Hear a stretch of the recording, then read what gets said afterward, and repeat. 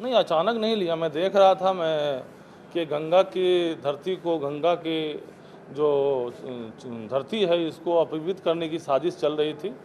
और नरेंद्र मोदी जैसे आतंकवादी इस राष्ट्र के, जिनके नाम सुनते ही एक आवाम में दहशत का माहौल हो जाता है कि उसके आने के बाद इस देश में क्या होगा। आपस में लोग खड़े नहीं हो पाएंगे, किसी मोहल्ले में, किसी दुकान में बात करने से भी डरेंगे कि कब कौन सा माहौल बिगड़ जाए और कब कहाँ दंगा भड़क जाए। तो ऐसे लोगों के विचार से जब गंगा को, मुझे लगा कि गंगा अपवित्र होने वाली है, अपमानित होने वाली है, और काशी जो है उसका मुख्यालय है, जो वहाँ के ऋषि मुनियों और बड़े बुजुर्गों की जगह रही है, तो इस धैर्य को, इस एकता का प्रतीक रही है, उसको नापाक होने दिया जाए, ये गंगा के वे पुत्र होने के नाते मुझे बर्दाश्त नहीं हुआ।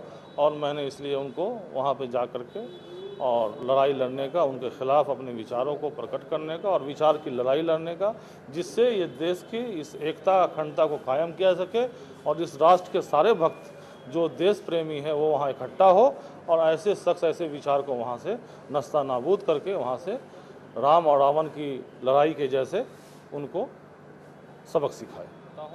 हाँ, और जॉर्ज फर्नांडिस हमारे वालिद के दोस्तों में रहे, नित्य, और पासवान जी, लालू, ये सब जितने लोग हैं, कर्पूरी ठाकुर जी, उस ज़माने में हमारे वालिद हाजी नूर अहमद साहब को अपना बेटा घोषित कर दिया था। और एक इमरजेंसी के ज़माने में जो है, इस देश में जो पूरी हिंदुस्तान में जो इमरजेंसी लगी हुई थी, उस ज़माने में हमारे पिताजी पे ही पूरे देश में उन्होंने विश्वास किया।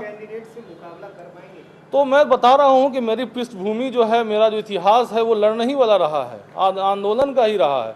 हम तो कभी दबे ही नहीं, हमारे खून में आंदोलन है, हमारे रगों में आंदोलन है। और गंगा का पुत्र जो है, जो ये गंगा का तट है, इस पर बड़े बड़े महान योद्धा जो है जन्म लिए हैं। तो इसलिए इस खून को हम कैसे बदनाम होने देंगे। हाँ, तो इसलिए कोई मोदी और कोई ईश्वर के सामने और अल्लाह के सामने बहुत मामूली सी चीज़ है। हाँ, तो इसलिए ऐसी कोई बात नहीं है कि